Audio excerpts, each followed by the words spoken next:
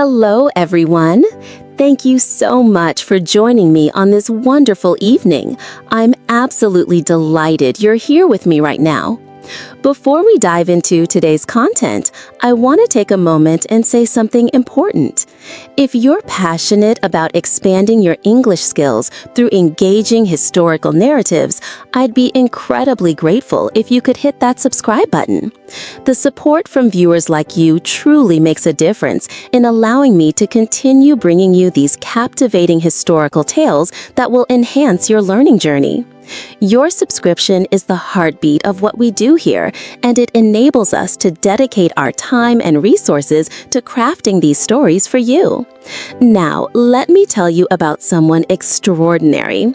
There's a name that echoes through the corridors of history with a power and magnetism that refuses to fade, even after more than 2 millennia have passed. Today, I want to introduce you to one of the most fascinating, intelligent, and courageous figures the ancient world has ever seen. Imagine, for just a moment, the grandeur of an ancient palace overlooking the sparkling Mediterranean Sea.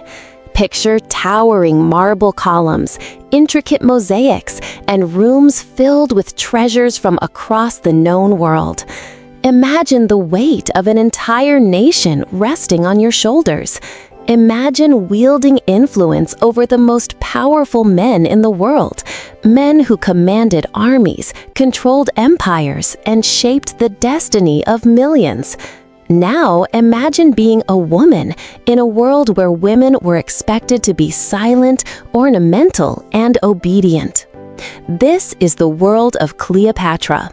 This is her story, a tale woven with threads of ambition, intelligence, romance, tragedy, and uncompromising determination. It's a story that has inspired poets, artists, and historians for centuries. But more than that, it's a story about using your mind as your greatest weapon, about the power of education and language, and about refusing to surrender even when the odds seem impossibly stacked against you. Her name was Cleopatra VII Philopator, and her legacy shaped the course of history itself. Our story begins in the year 69 BC in the magnificent city of Alexandria, Egypt. But to truly understand Cleopatra, we must first understand the world in which she entered. Alexandria was unlike any other city in the ancient world. Alexandria was unlike any other city in the ancient world. Alexandria was unlike any other city in the ancient world. Imagine a metropolis where East met West, where Greek sophistication intertwined with Egyptian mysticism, where the scent of exotic spices drifted through bustling marketplaces, and where knowledge was treated as the most precious commodity of all. This wasn't merely a city, it was a beacon of civilization, a destination for the greatest minds of the era. The harbor was filled with merchant ships arriving from every corner of the Mediterranean and beyond. Traders brought silks from distant lands, ivory from Africa, precious stones from India, and grains that would feed the population. The architecture was breathtaking. Towering monuments, the famous lighthouse of Pharaoh that guided sailors safely to shore, and above all, the great library, a repository of human knowledge containing hundreds of thousands of scrolls containing the wisdom of the ancient world. But Alexandria, for all its splendor, was not purely Egyptian. This is crucial to understanding Cleopatra's life and her unique position. Egypt itself had been ruled by a dynasty of Greek rulers for nearly 300 years. The Ptolemaic dynasty, founded by one of Alexander the Great's generals after his conquest of Egypt, had maintained Greek culture, Greek language, and Greek traditions while ruling over an Egyptian population. Cleopatra's father was Ptolemy XII Auletes, whose name literally means the flute player, and not exactly as a compliment. He was a weak ruler during a time when Egypt desperately needed strength. Rome, that distant but increasingly powerful city-state on the Italian peninsula, was expanding its reach like tentacles spreading across the Mediterranean, crushing everything in its path. Every neighboring kingdom watched with a mixture of fear and fascination as Roman legions conquered one territory after another. Cleopatra's family was large and complicated. She had several siblings, and the household was perpetually divided by rivalries and political maneuvering. This was a palace filled with suspicion, intrigue, and constant jockeying for position. In this environment, you learned early that weakness would be exploited, that trust could be a fatal mistake, and that intelligence and cunning were the only reliable currencies. From her earliest years, Cleopatra was recognized as something special. While her siblings were content to enjoy the luxuries of palace life, she was insatiably curious. She was that rare child who couldn't simply accept the world as it was presented to her. She wanted to understand the mechanisms beneath the surface. Her tutors were among the finest scholars Alexandria could provide. The palace library became her sanctuary, her refuge, her world. She spent countless hours surrounded by scrolls and codices, absorbing knowledge like a sponge immersed in water. While other royal children were learning the basics of governance and etiquette, Cleopatra was engaging with philosophy, mathematics, astronomy, rhetoric, medicine, and rhetoric. Languages became her particular passion and talent. This wasn't merely about memorizing vocabulary or practicing pronunciation, though she did plenty of that.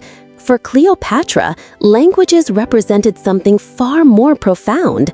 They were keys that unlocked worlds, that allowed her to communicate directly with different peoples, that gave her access to ideas and perspectives unavailable to those who were monolingual. She mastered Greek, of course, the language of her family and the educated elite. But she went further. She learned Egyptian, the language of the people she would one day rule. This was genuinely revolutionary. Most Ptolemaic rulers viewed Egyptian as the language of the masses, something beneath their dignity to learn. They relied on translators and intermediaries. Cleopatra rejected this arrogance. She understood something that many rulers never grasp, that a monarch who cannot speak directly to her people is forever disconnected from them, forever reliant on others to interpret and filter their true feelings. Beyond Egyptian and Greek, she studied Latin, the language of Rome, the rising superpower. She also learned Aramaic, Hebrew, and possibly others. Historians estimate she may have spoken anywhere from 8 to 9 different languages fluently. In a world without telecommunication, without instant translation, this was an extraordinary asset. This was power in its most subtle but most effective form. Her mathematical education prepared her to understand the complexities of trade, taxation, and resource management. Her study of philosophy exposed her to different ways of thinking about justice, virtue, leadership, and the nature of reality itself.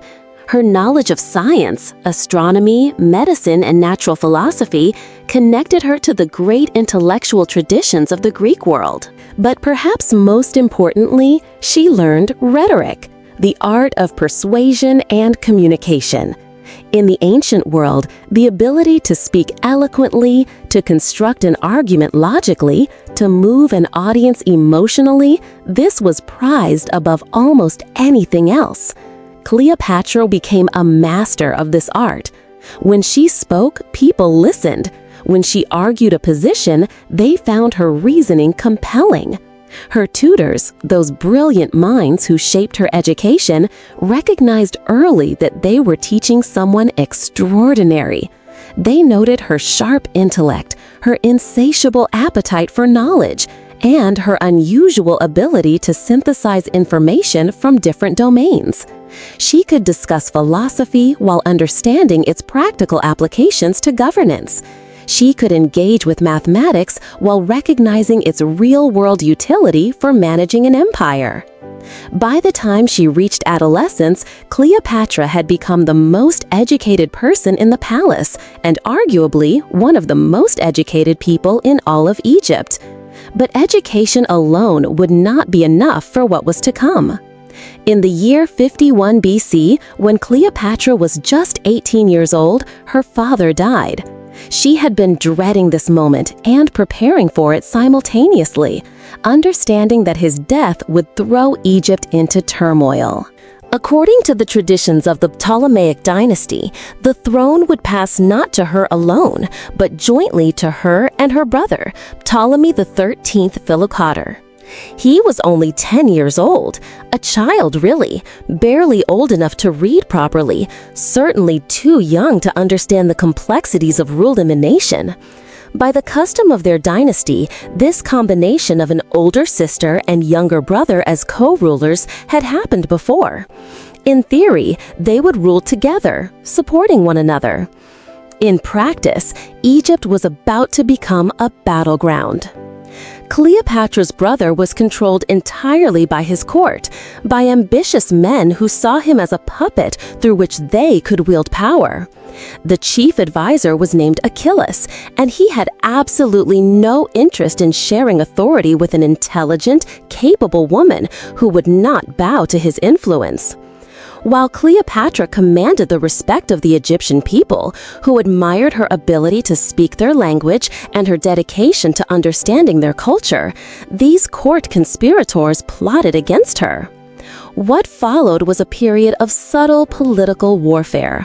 Cleopatra, using all her intelligence and all the political capital she could muster, attempted to maintain her position as a respected co-ruler. She made decisions, she issued decrees, she worked to stabilize Egypt's fragile economy. She attempted to build alliances with influential nobles. But her enemies were patient. They understood that time favored them. The young king would grow older and more confident. Court officials would gradually shift more authority toward him. They began systematically excluding Cleopatra from important decisions. Her name appeared less frequently on official documents. Invitations to crucial meetings somehow failed to reach her. The palace gossip became increasingly hostile. Rumors spread that she was too ambitious, too independent, too willing to challenge traditional authority. These accusations, ironically, were almost entirely accurate. She was ambitious. She believed she could rule Egypt better than her brother or his advisors. She was independent. She made her own judgments rather than accepting the opinions of others. She trusted her own analysis. She wasn't interested in being anyone's puppet. Unfortunately, these admirable qualities made her dangerous to those who preferred weak rulers they could manipulate. By 49 BC, the conflict had reached its breaking point. Cleopatra found herself increasingly isolated. Her supporters were dismissed from important positions. Her access to the treasury was restricted. Even her personal safety became questionable. She made the difficult decision to leave Alexandria. Taking only her most loyal followers, she fled eastward toward Syria. Many would have accepted defeat at this point. Many would have resigned themselves to exile. Cleopatra began planning her comeback almost immediately. While in Syria, Cleopatra didn't sit passively waiting for rescue. Instead, she became a political activist in her own cause. She met with local leaders and regional powers. She promised rewards, positions, influence, and support in exchange for military assistance. She began assembling what she hoped would be an army to reclaim her throne. She understood something fundamental about power, that it isn't given to you by sitting and wishing for it. Power is taken. Power is built. Power requires action, risk, and often luck. But luck, when it comes, requires that you be prepared to seize it. That luck arrived in the form of a man named Julius Caesar. In the year 48 BC, one of the most powerful men in the world arrived in Egypt. Julius Caesar was a name that inspired both awe and fear throughout the Mediterranean world.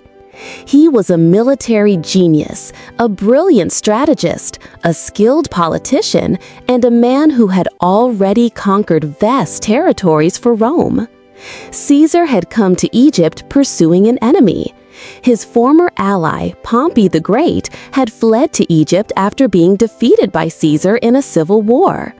Pompey hoped that the young Egyptian king and his advisors would help him, would provide him with an army to continue fighting against Caesar. He was wrong.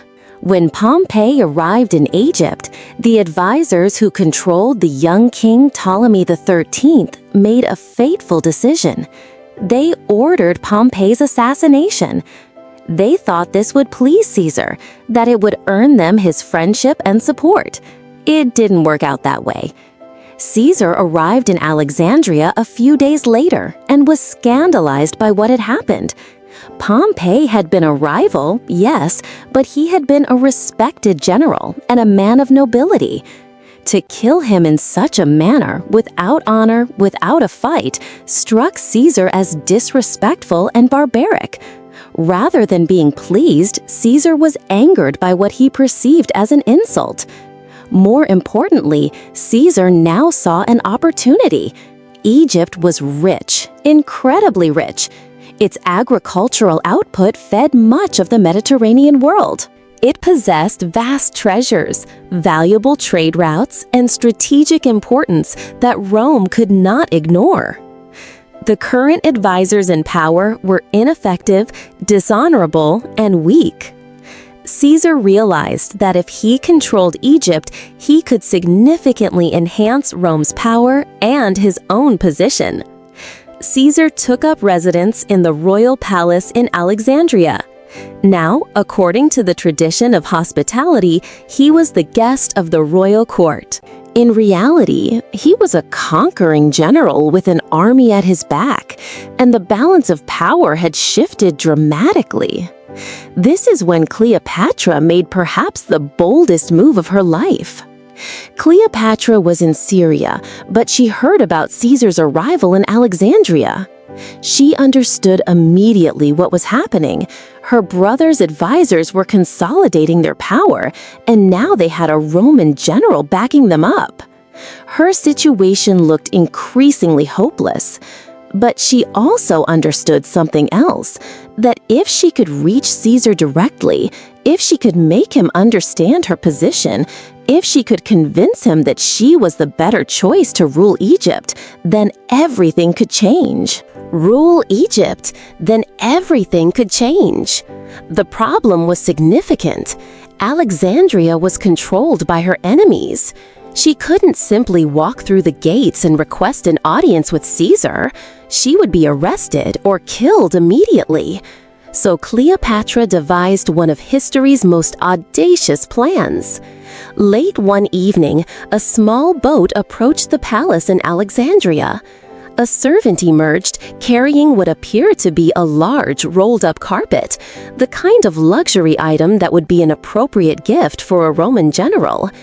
The guards at the palace, seeing nothing suspicious in a gift delivery, allowed the man to enter. The servant carried the carpet into Caesar's private chambers and unrolled it on the floor. Out stepped Cleopatra. She had hidden herself inside the carpet to smuggle herself past her enemies and into the private chambers of the most powerful man in the Mediterranean. Caesar's reaction was one of shock, admiration, and fascination. Here was this young woman who had somehow managed to get past all security, risking her life by hiding in a rolled carpet just for the opportunity to speak with him. It demonstrated intelligence, courage, and an almost reckless determination. They talked for hours. Cleopatra spoke to Caesar in Latin, proving her linguistic abilities even in that moment. She laid out her case with the precision of a skilled orator. She explained how Egypt needed a strong, educated ruler. She described how she had learned the language and culture of her people. She detailed the failures and incompetence of her brother's advisors. She painted a picture of herself as the future queen who could make Egypt stable and prosperous. Caesar listened carefully. He recognized not just intelligence, but ambition that matched his own. He also recognized political opportunity. Supporting Cleopatra would give him influence over Egypt while placing a capable ruler on the throne. It was a mutually beneficial arrangement. Caesar announced that he would settle the dispute between Cleopatra and Ptolemy according to their father's will. According to that document, Cleopatra and Ptolemy were supposed to rule together. This decision enraged Ptolemy's advisors. They had expected Caesar to support them automatically. Instead, he had sided with Cleopatra. Civil war erupted in Alexandria. Caesar suddenly found himself trapped inside the royal palace with only a few thousand Roman soldiers. Outside were tens of thousands of Egyptian troops loyal to Ptolemy's advisors. It seemed like Caesar had made a terrible mistake. But Caesar excelled in difficult situations. He immediately began organizing the palace defenses. He sent urgent messages requesting reinforcements. He secured the harbor to maintain communication with Rome. Cleopatra remained beside him throughout the crisis. Together, they planned their next moves while the fate of Egypt hung in the balance. The siege of Alexandria became one of the most dramatic episodes of Caesar's career. Fighting broke out in the streets, around the harbor, and within parts of the palace complex. At one point, Caesar realized that enemy forces might capture his ships. To prevent this, he ordered his own fleet to be burned. The fire spread farther than anyone expected. Some ancient sources claim that this blaze damaged part of the famous Library of Alexandria. Modern historians debate the extent of the damage, but the story has become legendary. Throughout the siege, Cleopatra remained calm. She advised Caesar about Egyptian politics and customs. She proved herself to be not just a queen, but a valuable political partner. Eventually, Roman reinforcements began arriving. Caesar led his forces into battle against Ptolemy's army. The decisive battle took place near the Nile River. During the fighting, Ptolemy XIII attempted to escape by boat. The boat capsized. The young king drowned in the Nile. With Ptolemy dead, Cleopatra finally became the undisputed ruler of Egypt. She was only 22 years old. Against incredible odds, she had achieved what had once seemed impossible. She had reclaimed her kingdom through intelligence, courage, and political brilliance. But Cleopatra's story was far from over. Her relationship with Julius Caesar would transform both their lives. Their alliance would reshape Egyptian history. It would also place Cleopatra at the center of Roman politics. Soon, Cleopatra gave birth to a son. The child was named Ptolemy XV, though history remembers him as Caesarion, Little Caesar. Whether Caesar officially acknowledged the child remains uncertain, but the resemblance between father and son was widely noted by contemporaries. In 46 BC, Cleopatra traveled to Rome as Caesar's guest. For many Romans, her arrival was shocking. She was a foreign queen. She was wealthy beyond imagination. She represented everything exotic and mysterious about Egypt. Caesar even erected a golden statue of Cleopatra in the Temple of Venus Genetrix. For many conservative Romans, this was deeply unsettling. They feared Caesar intended to make himself king and Cleopatra his queen. Whether these fears were justified remains one of history's great mysteries. Then came the Ides of March. On March 15th, 44 BC, Julius Caesar was assassinated by a group of Roman senators. Cleopatra was still in Rome. The assassination created chaos. Caesar's allies and enemies scrambled for power.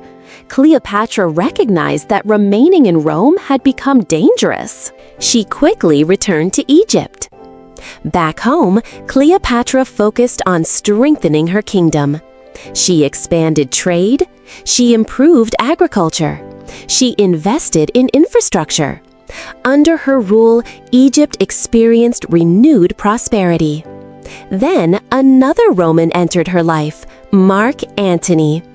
Antony was one of Caesar's closest friends and most capable generals. Unlike the intellectual Caesar, Antony was bold, charismatic, and loved luxury. Following Caesar's death, Antony became one of the most powerful men in Rome. In 41 BC, Antony summoned Cleopatra to meet him in the city of Tarsus. He wanted to know whether she had supported his enemies during Rome's civil wars. Cleopatra knew exactly how to make an unforgettable entrance. She sailed up the Cygnus River aboard a magnificent barge. Purple sails billowed above. Silver oars flashed in the sunlight. The air filled with the fragrance of perfume. Musicians played beautiful melodies. Cleopatra herself appeared dressed as the goddess Isis. Antony was captivated. The meeting between Antony and Cleopatra became one of history's greatest romances. But it was also a political partnership built on mutual benefit. Antony needed Egypt's wealth. Cleopatra needed Rome's military support. Together, they became the Eastern Mediterranean's most powerful couple. They spent lavishly. They hunted together. They fished together. They threw extravagant parties. Ancient writers loved telling stories about their excesses. Some are probably exaggerated. Others may contain grains of truth. What is certain is that Cleopatra gave birth to 3 children with Antony. Together, they dreamed of building a powerful Eastern empire. But another ambitious Roman stood in their way, Octavian, Caesar's adopted son. Brilliant, ruthless, and extraordinarily patient, Octavian slowly outmaneuvered Antony. The conflict eventually exploded into civil war. The decisive confrontation occurred at the Battle of Actium in 31 BC.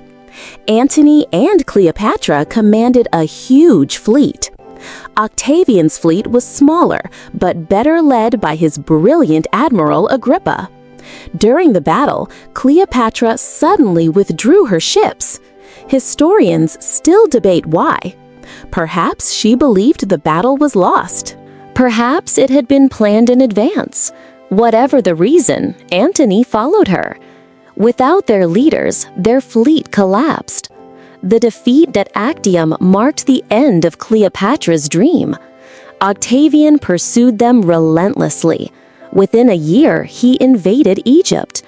Antony tried to resist, but suffered repeated defeats. Eventually, Octavian's forces reached Alexandria. False rumors spread that Cleopatra had died. Believing the rumor, Antony fell into despair. He took his own life. He was brought to Cleopatra, who was still alive. He died in her arms. Antony's death devastated Cleopatra, but she still hoped to negotiate with Octavian. Octavian had other plans. He intended to take Cleopatra alive. He wanted to display her as a captive during his triumph in Rome. Cleopatra refused to become a trophy. According to the traditional story, she arranged for an Egyptian cobra to be secretly brought to her. Modern historians question whether this actually happened. Some suggest poison. Others propose different methods entirely. The exact truth may never be known. What is clear is that Cleopatra died on August 12, 30 BC. She was only 39 years old. With her death, the Ptolemaic dynasty ended after nearly 3 centuries. Egypt became a province of the Roman Empire.